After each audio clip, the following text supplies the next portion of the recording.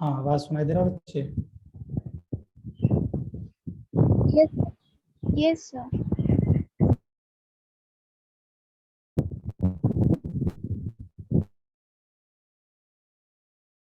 ये कैसे class chapter आपका पॉलीमर बचा हुआ है, तो पॉलीमर को जल्दी से देखते नहीं।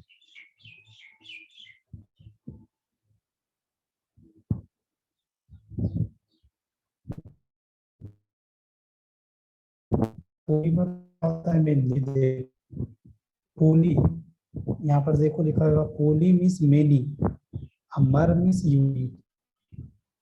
पॉलीमर में क्या होता है, मेनी यूनिट अटैच्ड रहता है।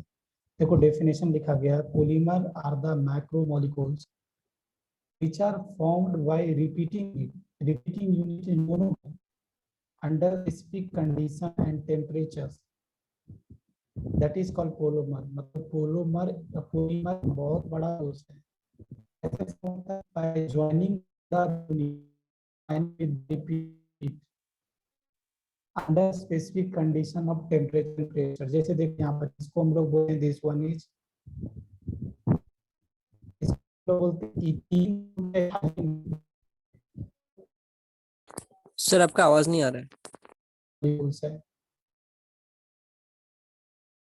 का दो मॉलिक्यूल्स है। अब यहाँ पर क्या हुआ ना, इन दोनों अगर ये कंबाइन करेगा, कैसे कंबाइन करता है इस तरह से आप समझ सकते हैं। इसका एक बॉन्ड से टूटेगा, फ्री रेडिकल्स में जनरेट होगा। इसी तरह इसका इस बॉन्ड टूटेगा और फ्री रेडिकल जनरेट होगा। अब ये इस तरह से कंबाइन कर देगा, ये दोनों फ्री बॉन्ड क्या करेगा, एक बॉन्ड और ये आगे बढ़ देगा। तो अभी क्या यहाँ पर देख रहे हैं, दो मोनोमर यूनिट कंबाइंड हुआ, इसलिए इसको डायमर बोलेंगे। इस तरह बहुत सारे यूनिट कंबाइंड होगा तो ये बनेगा, तो ये मोनोमर बनेगा, एक मैक्रोमोलिक्यूल्स सर बनेगा। आपकी आवाज ब्रेक कर रही है।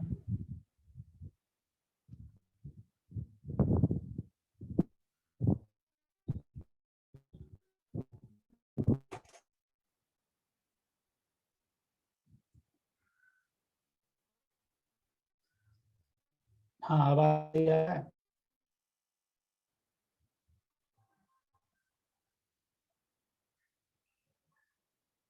आवाज सही आ रहा है या ब्रेक कर रहा है? सर अभी भी क्लियर नहीं है।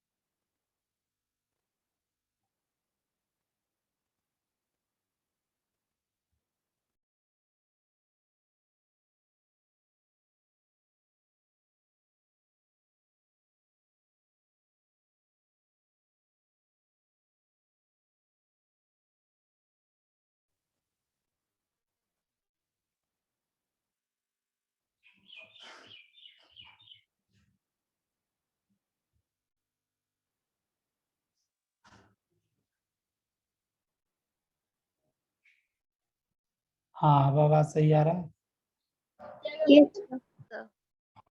ओके, चलो देखो यहाँ पर मैं ये बोल रहा था, पॉलीमर का मतलब होता है पोली मीन्स मेनी, मर मीन्स यूनिट। पॉलीमर एक ऐसा बड़ा मॉलिक्यूल्स है जो कि बहुत सारा which is form by combination of that repeating unit, that repeating unit is called monomer under specific condition of temperature and pressures. जैसे यहाँ पर देख रहे हैं इथीन, या इसको इथालीन बोलते हैं। इथालीन का अगर एन मॉलिक्यूल्स कंबाइन होगा तो क्या इस तरह से ये जो है ना रिपीटिंग यूनिट है, ये बार बार रिपीट होगा। आप दो यूनिट को जोड़ोगे तो इस तरह से अटैच, ये कुछ ऐसा होगा। अगर तीन यूनिट जोड़ोगे तो यहाँ पर और इसके आगे बढ़ाओगे तो यहाँ पर देखा जाएगा रिपीटिंग यूनिट जो है ना, ये CH2 बार बार रिपीट होगा, तो इसको हम लोग बोलते हैं पोलीथीन। मतलब मेनी मेनी इथीन से मिलकर बना हुआ है पोलीथीन। तो हम ये अगर आपसे पूछा जाए what is the monomer of polythene, what is the repeating unit of polythene, तो हम लोग बोलेंगे इथीन। इथीन इसको मोनोमर बोलेंगे और ये मोनोमर्स कंबाइन करेगा तो ये पॉलीमर बनाएगा। इसी तरह ये देखिए इसको, this molecules is called hexamethylene diamine. Hexa क्यों? क्योंकि इसके अंदर 6 कार्बन है, हेक्सामिथाइलिन, और 2 NH2 है इसलिए डायमीन। और इसको हम लोग बोलते हैं एडिपिक एसिड, एडिपिक एसिड बोला जाता है, एडिपिक एसिड। अगर ये दोनों पोलीमराइज करेगा तो कैसे पोलीमराइज करेगा? यहाँ बेसिकली क्या होगा, अल्कोहल का OH, यहाँ अल्कोहल का क्या करना है, OH हटाना है, और NH का NH2 का H हटाना है, मतलब एक वाटर मॉलिक्यूल्स यहाँ से रिमूव कर देना है। ये तो 2 यूनिट, इसी तरह बहुत सारा यूनिट, ये लास्ट वाला देख रहे हो तो ये OH, जो दूसरा हेक्सामिथाइलिन डायमीन होगा उस NH2 का H भी रिमूव होकर वाटर निकल जाएगा। इस तरह ये लंबा चेन इस तरह से बढ़ता जाएगा, ये बढ़ता जाएगा। अगर रिपीटिंग यूनिट देखोगे तो इसी तरह होगा। रिपीटिंग यूनिट ये देख रहे हो आप, NH, इसका हाइड्रोजन चला गया ये, फिर CH2 6, फिर ये NH, फिर यहाँ पर क्या C double bond O, C double bond O, CH2 और C डबल बॉन्ड O। एक चीज ध्यान रखना, ये this is called nylon 6। Nylon 6 क्या रिप्रेजेंट करता है? 6 क्या रिप्रेजेंट करता है, मतलब हेक्सामिथाइलिन डायमीन में 6 कार्बन है, और ये 6 क्या रिप्रेजेंट करता है? एडिपिक एसिड में भी टोटल 6 कार्बन है, 4 CH2 है और 2 कार्बोक्सिलिक एसिड का कार्बन, तो ये 6 रिप्रेजेंट करता है। और ये 2 कंट्री मिलकर बनाया है, न्यूयॉर्क और लंदन मिलकर बनाया है, इसलिए इसको बोलते हैं नाइलॉन, NY नियोलॉन, नाइलॉन, NY से न्यूयॉर्क और LON से लंदन, ये दोनों कंट्री का कंट्रीब्यूशन है, इसलिए इसको नाइलॉन बोलते हैं। और ये 6 क्या रिप्रेजेंट करता है आपको पता हो गया। एक चीज और ध्यान रखना, नाइलॉन 6 को, ये जो ग्रुप आप देख रहे हो ना बीच में, ये जो ग्रुप, इसको कौन सा ग्रुप बोलते हैं? ये इसको कौन सा ग्रुप बोलते हैं बताओ?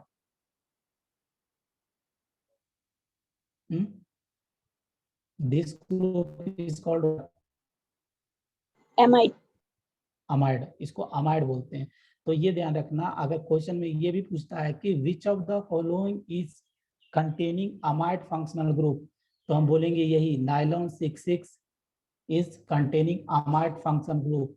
इसको इसलिए बोला जाता है पोली अमाइड, पोली अमाइड। जैसे आगे जाओगे तो पढ़ोगे, जैसे टेरिलीन को हम लोग बोलते हैं पोली ईस्टर, मतलब उसके अंदर ईस्टर फंक्शनल ग्रुप होता है, इसके अंदर अमाइड फंक्शनल ग्रुप होता है। तो आपको क्या याद रखना है कि नाइलॉन 6 का मोनोमर क्या है? तो मोनोमर क्या है? हेक्सामिथाइलिन डायमीन और एडिपिक एसिड। अगर आपसे पॉलीथीन का मोनोमर पूछा जाएगा तो हम बोलेंगे इथीन, यही आपको याद करना है। पॉलीमर और उसका मोनोमर कौन है, पॉलीमर और उसका मोनोमर कौन है, यही कि PVC का फुल फॉर्म क्या होता है पता है आप लोग को? PVC, polyvinyl chloride. हाँ बिल्कुल, पोलीविनाइल क्लोराइड, पोलीविनाइल क्लोराइड। तो इसका अगर मोनोमर पूछा जाएगा तो क्या पता है मोनोमर इसका? Vinyl chloride. हाँ विनाइल क्लोराइड, ये विनाइल क्लोराइड है, देखो ये विनाइल क्लोराइड। मतलब क्या, अगर यहाँ पर से एक हाइड्रोजन हटाकर Cl जोड़ दिए, आपको पता होगा कि इसको हम विनाइल ग्रुप बोलते थे, विनाइल क्लोराइड, विनाइल क्लोराइड।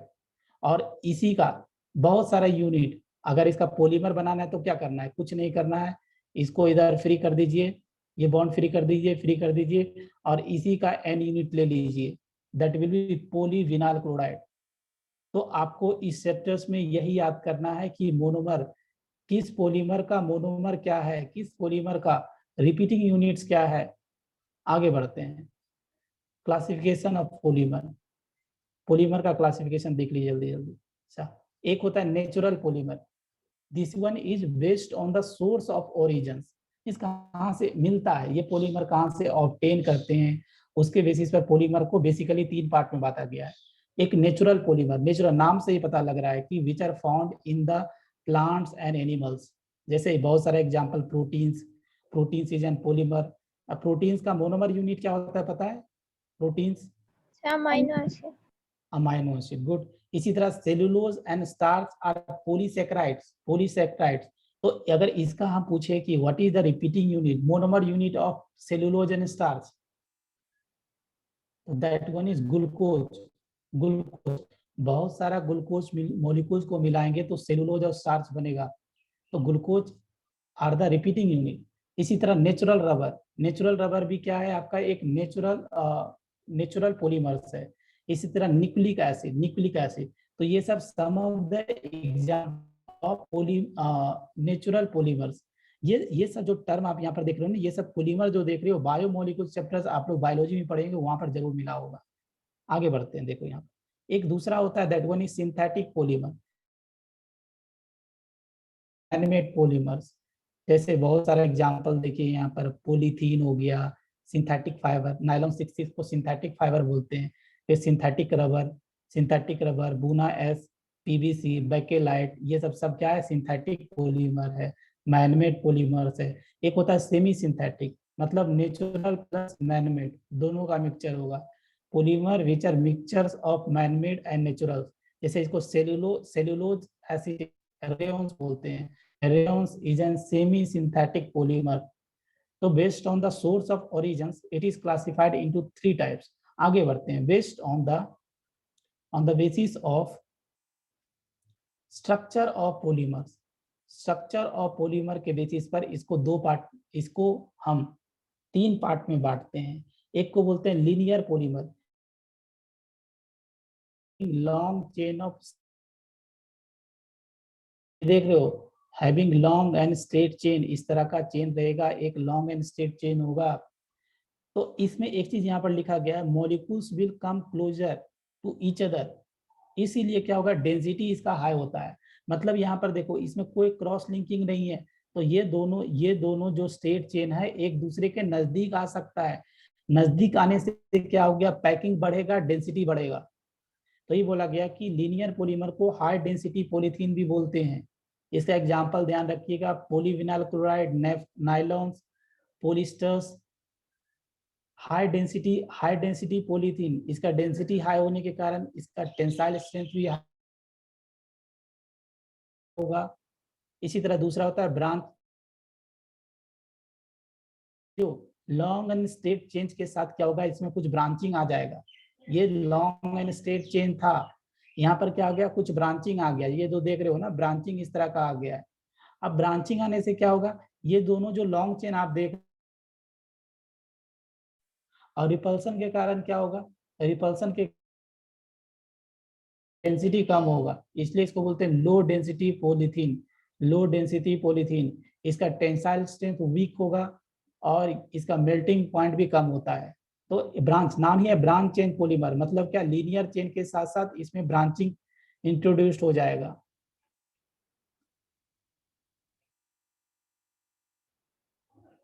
जैसे इसका एग्जांपल भी लिखा हुआ है, low density polythene, glycogen, starch, ये सब some of the example of branch chain polymer. एक होता है क्रॉस लिंक और नेटवर्क पॉलीमर, मतलब इसमें जो दो लीनियर चेन दिख रहा है ना, इसके बीच कोवेलेंट बॉन्ड एग्जिस्ट करता है, कोवेलेंट बॉन्ड एग्जिस्ट करता है, इसलिए इसको लिखा गया है having strong covalent bond between various linear polymer chains. इसका स्ट्रेंथ जो होता है काफी ज्यादा होता है। जैसे एग्जांपल बेकेलाइट हो गया, मेलामाइन हो गया, फॉर्मल्डिहाइड रेजिन्स हो गया, ये सब कुछ क्रॉस लिंक पॉलीमर्स है।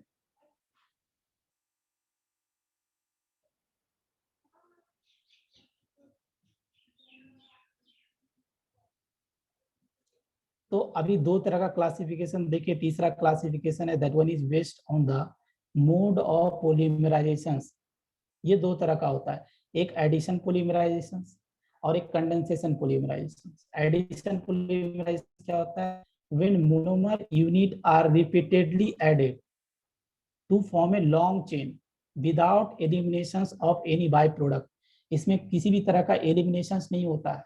कंडेंसेशन पॉलीमराइजेशन में एलिमिनेशन होता है, वाटर मॉलिक्यूल्स, अमोनिया, अल्कोहल, ये सब का एलिमिनेशन होता है। जैसे देखो, इथीन का बहुत सारा मॉलिक्यूल्स को अटैच करके पॉलीथीन बना दिए। अब यहाँ पर देखो, इथीन का एक हाइड्रोजन हटाकर अगर यहाँ पर हम CH3 जोड़ देंगे तो इसको हम प्रोपाइलिन बोलते हैं। अब प्रोपाइलिन का बहुत सारा यूनिट अगर अटैच करोगे तो ये पॉलीप्रोपाइलिन बनेगा।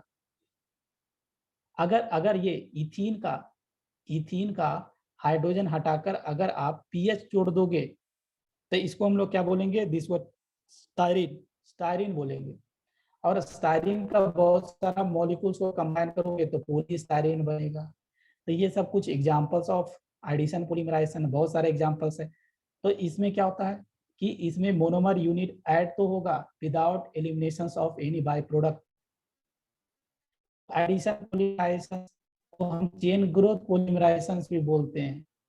और इसका एग्जांपल जैसे पॉलीथीन, टेफ्लॉन। टेफ्लॉन भी, टेफ्लॉन में क्या देखोगे, ये जो CH2 देख रहे हो ना, टेफ्लॉन का मोनोमर यूनिट कुछ ऐसा होता है। क्या करोगे, इन दोनों हाइड्रोजन को हटाओ, फ्लोरीन से अटैच कर दो, फ्लोरीन से अटैच कर दो। इसको हम लोग बोलते हैं टेफ्लॉन, टेफ्लॉन पॉलीटेट्रा फ्लोरोइथाइलिन, PTFE भी बोलते हैं, पॉलीटेट्रा फ्लोरोइथाइलिन। और इसको हम लोग क्या बोलते हैं, टेट्रा फ्लोरोइथाइलिन। तो ये बहुत सारा और एग्जांपल आएगा, PVC हो गया, नेचुरल रबर हो गया, ये सब कुछ एडिशन पॉलीमराइजेशन है। दूसरा तरह का पॉलीमराइजेशन क्या होता है, कंडेंसेशन पॉलीमराइजेशन। कंडेंसेशन पॉलीमराइजेशन में क्या होगा, पढ़ लीजिए एक बार, कि in such polymer monomer unit are added together with the elimination of water molecules, ammonia molecules, alcohol molecules। उसमें कोई भी बाय प्रोडक्ट नहीं मिलता था। यहाँ पर बाय प्रोडक्ट का एलिमिनेशन होता है। जैसे नाइलॉन 66 में अगर आपने देखा कि उसमें एक वाटर मॉलिक्यूल्स निकलता था। इसी तरह नाइलॉन 6 में भी, नाइलॉन 6 का मोनोमर क्या है, नाइलॉन 6 का मोनोमर ध्यान रखना कैप्रोलेक्टम है। अगर नाइलॉन 6 का मोनोमर पूछा जाएगा तो क्या बोलोगे, हेक्सामिथाइलिन डायमीन और एडिपिक एसिड। इसी तरह बैकेलाइट का भी मोनोमर है, इसी तरह ट्रेलिन का भी मोनोमर है। तो सारे का मोनोमर आपको याद होना चाहिए। तो देखो जैसे यहाँ पर फिर से एग्जांपल यहाँ पर लिख दिया गया है, वही नाइलॉन 66 का।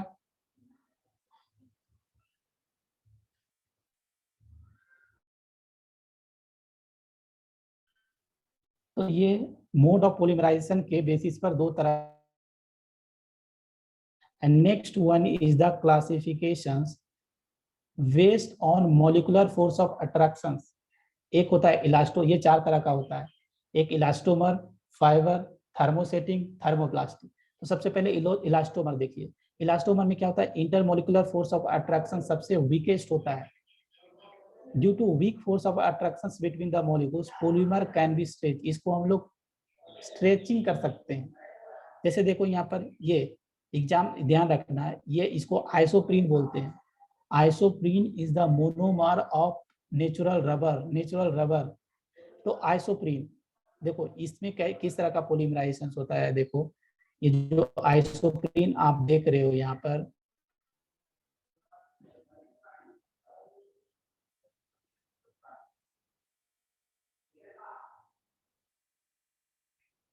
ये जो आइसोप्रीन आप देख रहे हो, इसमें क्या होता है, जब इसका पॉलीमर फॉर्म बनाओगे ना तो ऐसा आप करना कि देखो ये जो इसका एक एक इलेक्ट्रॉन है ना यहाँ पर जंप करेगा। ये जो डबल बॉन्ड देख रहे हैं इसका एक एक इलेक्ट्रॉन यहाँ पर जंप करेगा और ये फ्री इलेक्ट्रॉन्स यहाँ पर अवेलेबल रहेगा, फ्री इलेक्ट्रॉन्स यहाँ पर अवेलेबल रहेगा। तो इसका जब पॉलीमर फॉर्म बनाओगे तो क्या करोगे, यहाँ पर ये जो इलेक्ट्रॉन है इसका फ्री बॉन्ड बना देना और इस इलेक्ट्रॉन का फ्री बॉन्ड बना देना और इसी का n यूनिट जो कर देना, दैट विल बी पॉलीमर्स। तो देखो जैसे यहाँ पर देख रहे हो,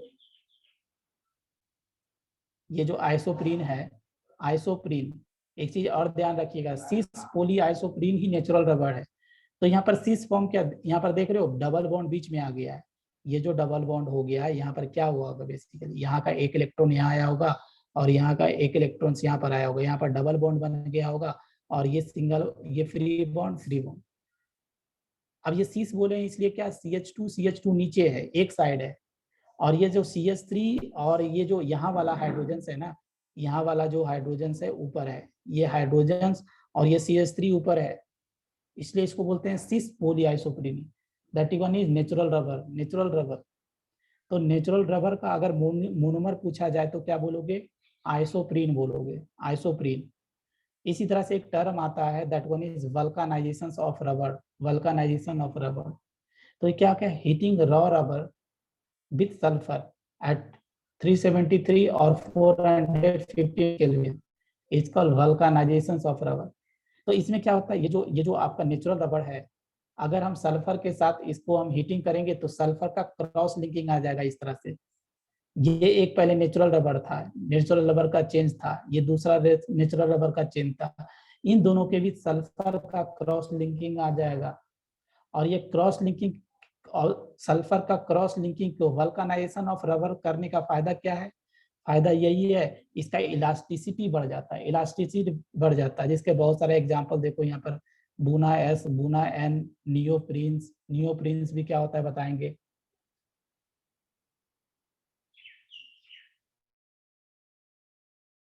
दूसरा है फाइबर। इलास्टोमर क्या होता है, उसमें वीकेस्ट फोर्स ऑफ अट्रैक्शन होता है। फाइबर्स में क्या होता है, it is having a thread like structure, नाम ही है fibre, and crystalline in nature. Intermolecular force of attraction strongest होता है, हाइड्रोजन बॉन्डिंग होता है। नायलॉन 66, टेरिलीन, पॉलीएक्राइलोनाइट्रॉल, नाइट्राइल इसको पैन बोलते हैं। सिल्क हो गया, टेरिलीन, जैसे नायलॉन 66 को हम लोग पोलीएमाइड बोला था अभी, इसी तरह टेरिलीन या डेक्रोन को हम पोलिस्टर बोलते हैं, मतलब उसके अंदर ईस्टर फंक्शनल ग्रुप होगा। तो ये क्या है, ये सब फाइबर्स हैं। फाइबर्स में जो इंटरमोलिकुलर फोर्स ऑफ अट्रैक्शन होता है स्ट्रॉन्गेस्ट होता है। और उसके बाद नेक्स्ट होता है थर्मोप्लास्टिक। इसमें इंटरमोलिकुलर फोर्स ऑफ अट्रैक्शन बीच में होता है, इलास्टोमर से ज्यादा होता है और फाइबर से कम होता है। इट इज लीनियर और slightly branch long chain polymers. ये थोड़ा लीनियर, मतलब मेनली लीनियर ही होता है। इसमें थोड़ा थोड़ा कहीं पर स्लाइटली ब्रांचिंग भी आपको देखने को मिल सकता है। ये इंपॉर्टेंट पॉइंट है। इसको जब हम हीट करते हैं ना तो ये सॉफ्ट हो जाता है। इसको हीट करते हैं, सॉफ्ट बन जाता है। हम लोग जिस आकार में, जिस शेप एंड साइज में इसको ढालना चाहते हैं उसको ढाल देंगे। और फिर उसके बाद बोला, उसको बोलते हैं remoulding. It become soft on heating. फिर उसको रिमोल्ड कर लीजिए and set into hard mass on cooling. मतलब ये जो थर्मोप्लास्टिक का शेप साइज आप चेंज कर सकते हो। कैसे? हीटिंग करने पर सॉफ्ट हो जाएगा, उसको रिमोल्ड कर लीजिएगा, कूल कर लीजिएगा, that will convert into hard mass. बहुत सारे एग्जांपल्स है, जैसे इसमें क्रॉस लिंकिंग नहीं के बराबर होता है, थोड़ा बहुत हो सकता है। पॉलीथीन, पीवीसी, पॉलीस्टाइरीन, टेफ्लॉन, ये सब some of the example of thermoplastics. Next one is thermoplastics, sorry thermosettings. तो इसमें क्या होता है, ये इसमें क्रॉस लिंकिंग होता है, हैवीली ब्रांच्ड होता है। जैसे इसमें क्रॉस लिंकिंग नहीं के बराबर था, इसमें मेनली क्रॉस लिंकिंग होगा। क्रॉस लिंकिंग होने के कारण क्या होगा, इसको हीट करने पर it do not become soft और can not be remoulded because of cross linking. Cross linking thermosetting में होता है, इसलिए हम इसका रिमोल्डिंग नहीं कर सकते हैं। थर्मोप्लास्टिक का रिमोल्डिंग किया जा सकता है क्योंकि उसमें क्रॉस लिंकिंग नहीं होता है। एग्जाम्पल बेकेलाइट हो गया, मेलेमाइन फॉर्मल्डिहाइड, मेलिमाइड फॉर्मल्डिहाइड पॉलीमर्स, ये दोनों एग्जाम्पल्स है इसका। तो ये चार तरह का जो क्लासिफिकेशन था आपको बता दिया गया। आगे बढ़ते हैं। अब ये क्या करना है, बहुत सारा पॉलीमर को, जैसे एडिशन पॉलीमराइजेशन का कुछ एग्जाम्पल वहां पर दिए थे। जैसे अगर याद हो तो पॉलीथीन, पॉलीप्रोपाइलिन भी बताए थे। पॉलीप्रोपाइलिन का मोनोमर यूनिट क्या था, याद है? पॉलीप्रोपाइलिन का monomer unit sir profile. Propylene, बिल्कुल सही। इसी तरह स्टायरीन का मोनोमर यूनिट स्टायरीन, यहाँ पर लिखा हुआ भी है देखो, ये पॉलीस्टायरीन है। तो ये styrene is the monomer unit. अगर पीएच को हटाकर CH2 कर दें, पॉलीथीन बनेगा, बन जाएगा पोली प्रोपाइलिन बन जाएगा। अगर हाइड्रोजन को हटाकर पीएच लगा दें तो पोलीन, जैसे इसको बोलते हैं विनाइल क्लोराइड, हाइड्रोजन को हटाकर Cl लगा दिए, बोलते हैं सर ठीक है, आपकी आवाज कट रही है।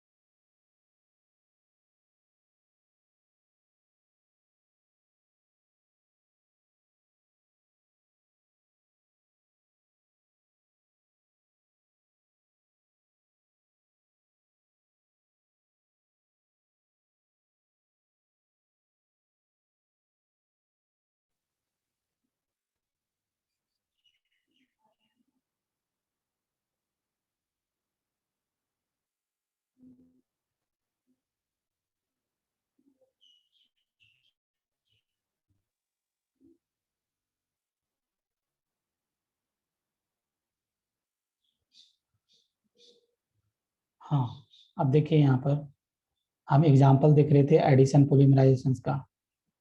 तो एक है यहाँ पर देखा, ये ध्यान रखना कि इसको टेफ्लॉन, टेफ्लॉन का जो पूरा नाम होता है पॉली टेट्राफ्लोरोइथेन, जैसे इसको क्या बोलेंगे, this one is tetrafluoroethene, tetrafluoroethene मतलब इस कार्बन का भी दोनों हाइड्रोजन हटाकर फ्लोरीन, इस कार्बन का भी दोनों हाइड्रोजन हटाकर fluorine, that's why it is tetrafluoroethene.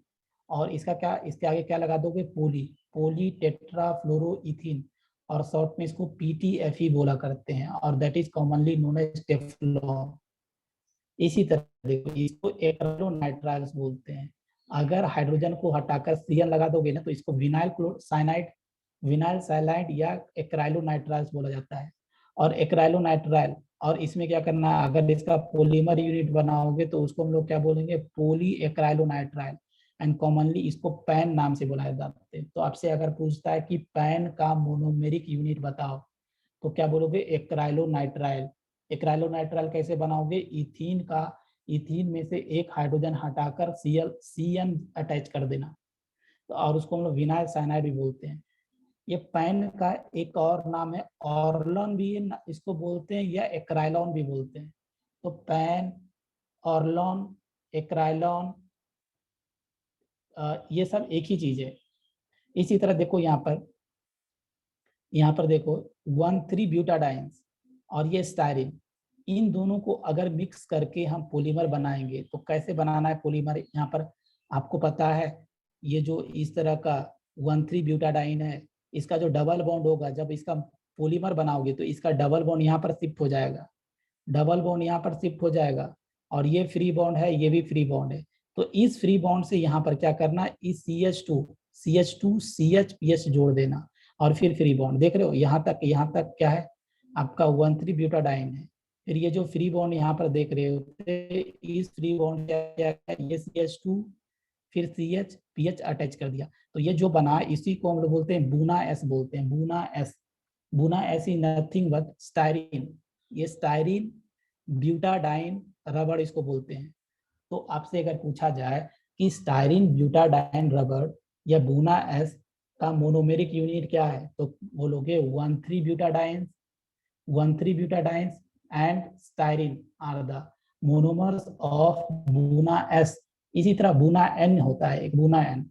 तो बूना एन में क्या होगा, स्टायरीन के जगह क्या आ जाएगा, स्टायरीन के जगह आपका, स्टायरीन के जगह एक्राइलोनाइट्राइल्स आ जाएगा। यहाँ पर देखिए जो लास्ट है, ये जो स्टायरीन यहाँ पर देख रहे हैं ना, स्टायरीन के जगह यहाँ पर क्या आ गया, एक्राइलोनाइट्राइल्स आ गया, इसलिए एक्राइलोनाइट्राइल, इसलिए इसको बूना एन बोलेंगे, बूना एन। तो बूना एन क्या होता है, बूना एस क्या होता है, पैन क्या होता है, पीटीएफई क्या होता है, तो ये सब आपको इसका मोनोमर यूनिट याद होना चाहिए।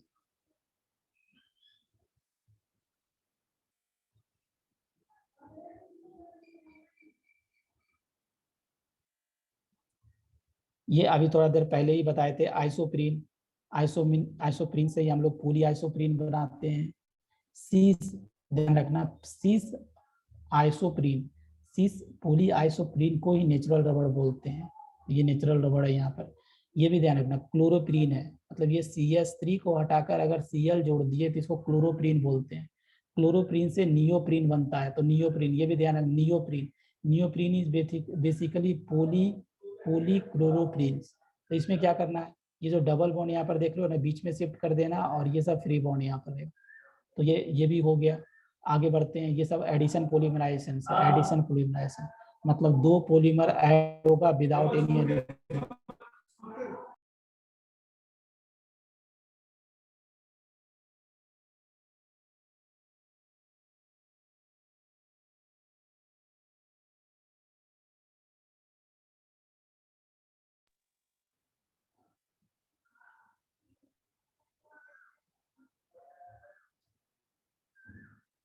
हाँ, next one is condensation polymerisation.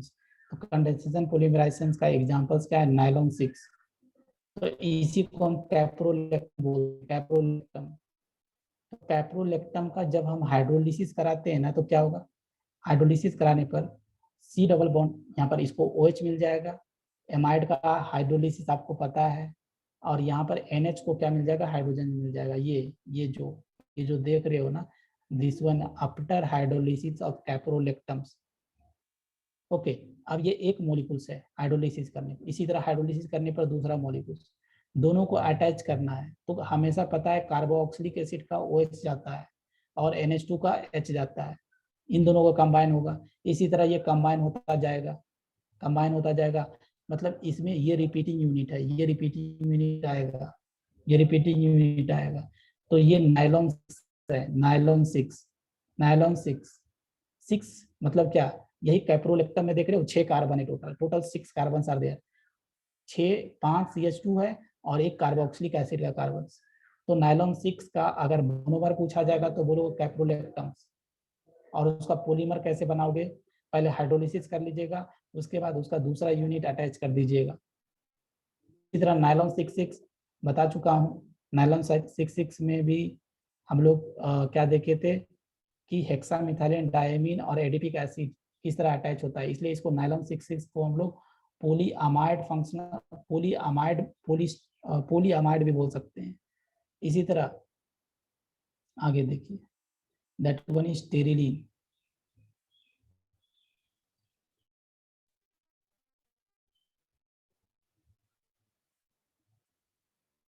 देखो पॉलीमराइजेशन में बेसिकली कैटलिस्ट यूज होता है, तो कैटलिस्ट का एक नाम याद रखिएगा, जिगलर नाटा catalyst. Aluminium try ethyl try ethyl aluminium और टेट्राक्लोरोटाइटेनियम का मिक्सचर्स को ही हम लोग जिगलर नाटा कैटलिस्ट बोलते हैं। एक और कैटलिस्ट है that is called zinc acetate और एंटीमोनी ट्राइऑक्साइड, ये सब कैटलिस्ट जनरली पॉलीमराइजेशन में यूज किया जाता है। अब ये टेरिलीन आ जाओ, टेरिलीन में, तो टेरिलीन में बेसिकली क्या होता है बच्चे, देखो यहाँ पर टेरिलीन जिसको हम डेक्रोन ही बोलते हैं, डेक्रोन और टेरिलीन में थोड़ा सा फर्क है। तो इसमें इसको अगर आपको याद हो तो this one is adipic acid और इसको क्या बोलते हैं, इथाइलिन ग्लाइकोज। तो क्या करना है, इन दोनों को पॉलीमराइज करना है, मतलब इसका OH लेना और इसका H लिखना लेना। देखो ये यूनिट, और यहाँ पर क्या किए, इस OH का H, फिर CH2 फिर ऑक्सीजन का H, इसी तरह से ये लंबा चेन बनता जाएगा, लंबा चेन बनता जाएगा, मतलब ये रिपीटिंग यूनिट है इसका। तो आप देख रहे हो टेरिलीन में क्या होता है, ईस्टर फंक्शनल ग्रुप है, इसलिए इसको बोलते हैं पोली ईस्टर बोलते हैं। नायलॉन 6 को क्या देखा था, दैट वाज द पोलीअमाइड, और इसको क्या बोलते हैं, इसको क्या बोलेंगे, टेरिलीन या डेक्रोन को, दैट वन इज पोलीस्टर। तो डेक्रोन और टेरिलीन में, ये टेरिलीन है, टेरिलीन का मोनोमर यूनिट पूछेगा तो टेरेप्थिलिक एसिड और इथाइलिन ग्लाइकोज। इसी तरह डेक्रोन्स का अगर आपसे मोनोमर यूनिट पूछा जाए तो इसमें बोलोगे मिथाइल टेरेप्थिलेट। इसमें क्या किया गया है, ये जो हाइड्रोजन दिख रहे हैं यहाँ पर CH3 अटैच कर दिया है, ये CH3 है, मतलब ये ईस्टर है, यहाँ पर एसिड था, तो इसको हम लोग बोलते हैं मिथाइल टेरेप्थिलेट और दूसरा इथाइलिन ग्लाइकोज। तो ये दोनों जब कंडेंसेट करेगा तो क्या होगा, इसका OCH3 और इसका हाइड्रोजन जाएगा, मतलब जो पॉलीमराइज करने के बाद यही सेम होने वाला है, बट मोनोमर टेरिलीन और डेक्रेन का मोनोमर यूनिट डिफरेंस है। टेरिलीन मोनोमर यूनिट टेरेप्थिलिक एसिड है और इथाइलिन, बट डेक्रोन्स का मोनोमर जो यूनिट है मिथाइल टेरेप्थिलेट है और इथाइलिन ग्लाइकोज है। उसके बाद आगे देखिए, एक बैकेलाइट आएगा, नेक्स्ट इज बैकेलाइट। तो बैकेलाइट का मोनो यूनिट ध्यान रखिएगा पहले, नोवेलेक और बैकेलाइट, नोवेलेक और बैकेलाइट। तो पहले देखिए नोवेलेक, तो नोवेलेक का मोनोमर यूनिट क्या है, this one is phenols and this one is formaldehyde. अगर इसको H प्लस एसिडिफाइड और हीटिंग करेंगे तो क्या होता है, सबसे पहले एसिडिफिकेशन करोगे तो क्या होगा, ये एसिडिफिकेशन करने पर ये क्या करेगा, इस पर जाकर अटैक करेगा और फाइनली जाकर क्या होगा, इसके ऑर्थो पोजीशन पर CH2OH अटैच हो जाएगा। ये एक यूनिट और ये एक दूसरा यूनिट, यहाँ पर क्या देख रहे हो, ये पहला यूनिट का OH और इसके ऑर्थो कार्बन पर जो हाइड्रोजन है मिलकर एक वाटर मॉलिक्यूल्स एलिमिनेट हो जाएगा और इस तरह से कुछ बन जाएगा, इस तरह लॉन्ग चेन बन जाएगा, लॉन्ग चेन बन जाएगा, मतलब इसमें मोनोमर, इसमें जो रिपीटिंग यूनिट है यही है कुछ, और इसी को n टाइम्स कर देंगे तो इसका पॉलीमर बन जाएगा। तो ये जो आप देख रहे हो नोवेलेक, अगर नोवेलेक का मोनोमर यूनिट पूछा जाए तो बोलेंगे फिनॉल प्लस फॉर्मल्डिहाइड। ओके, अब क्या होता है, अगर आप फॉर्मल्डिहाइड को एक्सेस में ले लेते हो, तो एक्सेस में लेने के कारण क्या होगा, एक्सेस लेने क्या होगा, यहाँ पर ये जो CH2 देख रहे होते हैं ना, CH2 इसके ओनली ऑर्थो पोजीशन पर आ रहा था, अभी ऑर्थो पोजीशन के साथ साथ पैरा पोजीशन पर भी CH2 OH आ जाएगा, अगर आप एक्सेस ऑफ फॉर्मल्डिहाइड लोगे तो यही होगा। देखिए, एक्सेस ऑफ फॉर्मल्डिहाइड लेंगे तो इसके पैरा पोजीशन पर भी CH2 OH आ गया। ये दूसरा यूनिट। इस तरह से और बहुत सारा भी यूनिट होगा। तो यहाँ पर क्या देखोगे ना, इस तरह क्रॉस लिंकिंग इंट्रोड्यूस हो जाएगा। क्रॉस यूनिट ऊपर वाला है, इसी तरह से 2 यूनिट नीचे होगा। यहाँ पर भी देख रहे हो एक H2O निकला होगा, यहाँ पर भी एक H2O निकला होगा, यहाँ पर भी एक H2O निकला होगा। इस तरह से ये लंबा चेन ऐसा बनता जाएगा। इसी को हम क्या बोलते हैं, बैकेलाइट बोलते हैं। बैकेलाइट में क्या होता है, क्रॉस लिंकिंग होता है। क्रॉस लिंकिंग होने के कारण इसका स्ट्रेंथ जो होता है ना, बढ़ जाता है बैकेलाइट्स का। इसी तरह से एक और देखिए यहाँ पर, that one is melamine formaldehyde polymers. तो इसको हम लोग मेलामाइंस बोलते हैं, और ये फॉर्मल्डिहाइड है, नाम ये मेलामाइन फॉर्मल्डिहाइड। तो ये दोनों आपस में कंडेंस करने के बाद क्या होगा, ये CH2OH में कन्वर्ट हो जाएगा। तो इसका OH और ये क्या होगा ना, बेसिकली CH2OH जब इससे रिएक्ट करेगा CH2OH में कन्वर्ट हो जाएगा। तो ये अब क्या करोगे, इसका OH और इस NH2 का हाइड्रोजन लोगे, और इस तरह से ये पॉलीमराइज करेगा। इस तरह का ये चेन बनता जाएगा। इसी को हम लोग बोलते हैं melamine formaldehyde resins.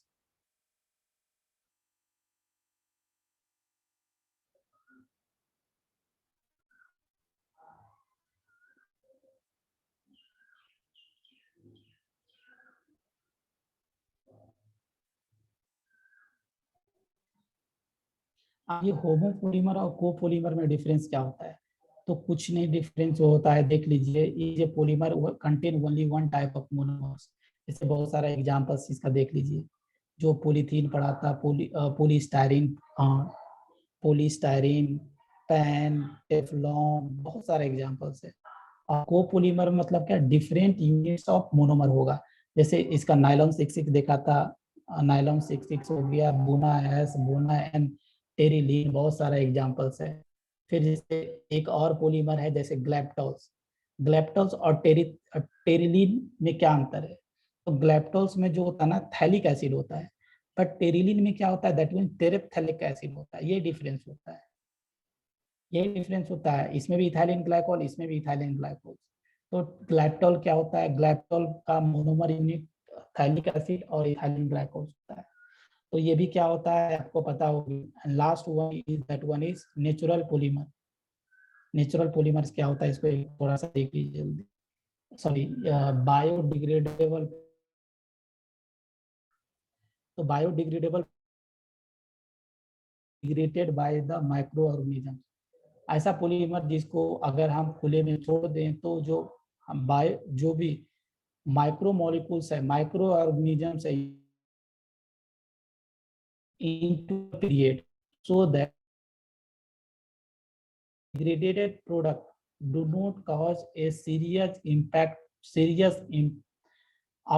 on environment. That is called biodegradable polymers. दो एग्जांपल बायोडिग्रेडेबल पॉलीमर का आपके एनसीईआरटी बुक में दिया हुआ है। इसको बोलते हैं पोली बीटा हाइड्रोक्सी ब्यूटेरेट को बीटा हाइड्रोक्सी वैलेरेट, और इसको शॉर्ट में हम PHBV बुलाया करते हैं। P मतलब पोली, H मतलब hydroxy, butyrate, B means butyrate, V means valerate. अब ये दूसरा पॉलीमर्स है, दैट वन इज नायलॉन 6 और नायलॉन 2 और नायलॉन 6। तो इसमें ये 1 नंबर पर आते हैं, पहला पर आते हैं। तो इसका ये जो PHBV देख रहे हो, इसका मोनोमर यूनिट क्या होता है, एक 3 हाइड्रोक्सी ब्यूटानोइक एसिड होता है, और एक दूसरा 3 हाइड्रोक्सी पेंटानोइक एसिड होता है। 3 हाइड्रोक्सी या इसको हम लोग बोल सकते हैं बीटा हाइड्रोक्सी, 3 हाइड्रोक्सी, या इसको बीटा हाइड्रोक्सी ब्यूटानोइक एसिड और beta hydroxy propanoic pentanoic acid. अब यहाँ पर क्या होगा, सिंपली यही जानते हैं कि कार्बो है। तो यहाँ पर देख रहे हो ये क्या अल्कोहल, फिर उससे क्या CH2, फिर C डबल लोगे, ये ऑक्सीजन है, ऑक्सीजन, ये ऑक्सीजन यहाँ पर देखो, ये देख रहे हो, फिर CH, CH2, CH3, फिर CH2, C डबल बॉन्ड, इसी तरह का ये चेन बढ़ता जाएगा। तो आपको ध्यान रखना PHBB का जो मोनोमर होता है that one is 3 hydroxy butanoic acid और 3 हाइड्रोक्सी पेंटानोइक एसिड। इसी तरह से दूसरा क्या है, नायलॉन 2 और नायलॉन 6, नायलॉन 6। तो नायलॉन 2 और नायलॉन 6 में देखिए क्या मोनोमर होता है, ध्यान रखिएगा।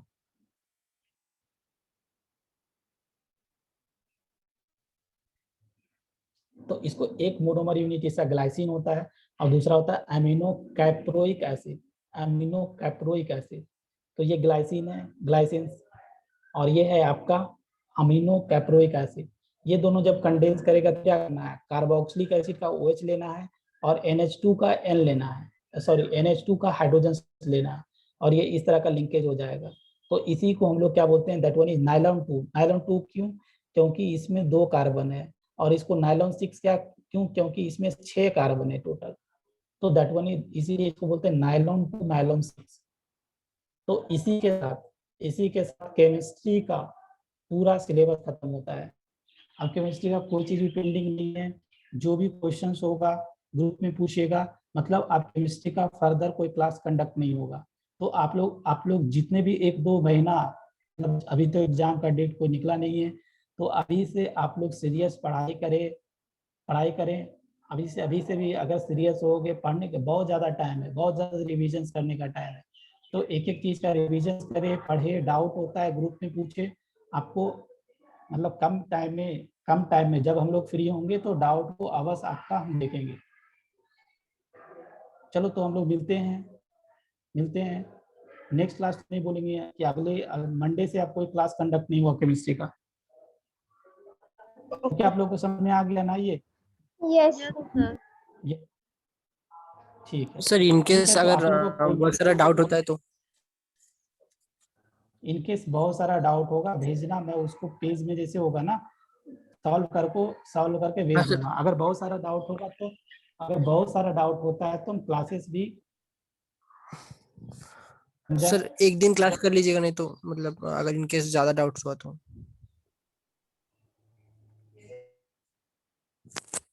अगर डाउट होगा ना तो क्लासेस भी कंडक्ट करें, ठीक ना। छोटा छोटा डाउट होगा ग्रुप में पूछने की कोशिश कीजिएगा। Okay sir, thank you. ठीक है, thank you sir. Thank you sir. ठीक है, ओके। चलो आप लोग अच्छे से पढ़ाई करें और आप लोग अपना हेल्थ पर भी ध्यान दें, क्योंकि हेल्थ रहेगा तभी पढ़ाई करोगे। क्योंकि अभी समय बहुत कोरोना का चल रहा है, इसलिए हेल्थ का ध्यान रखें, घर में रहें, पढ़ाई करें, इधर उधर ज़्यादा टाइम वेस्ट नहीं करें, पढ़ाई पर फोकस करें। क्योंकि अगर 1-2 महीना, ये जो भी 2-2.5 महीना अगर अच्छी तरह से पढ़ लेंगे तो आपका कैरियर बन सकता है। अगर नहीं पढ़ेंगे तो फिर से अगला साल भी यही सेम चीज पढ़ना पड़ेगा।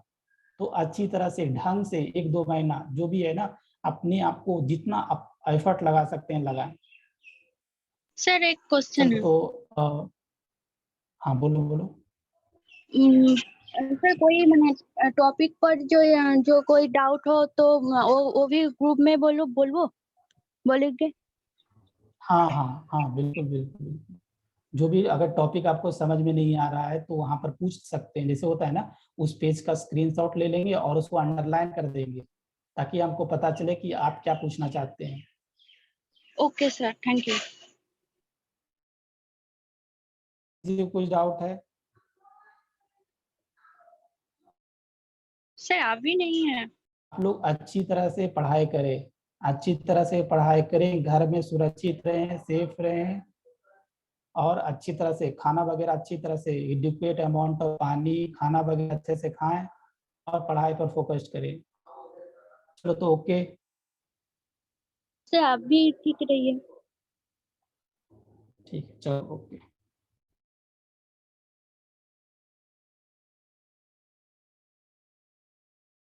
Thank you sir.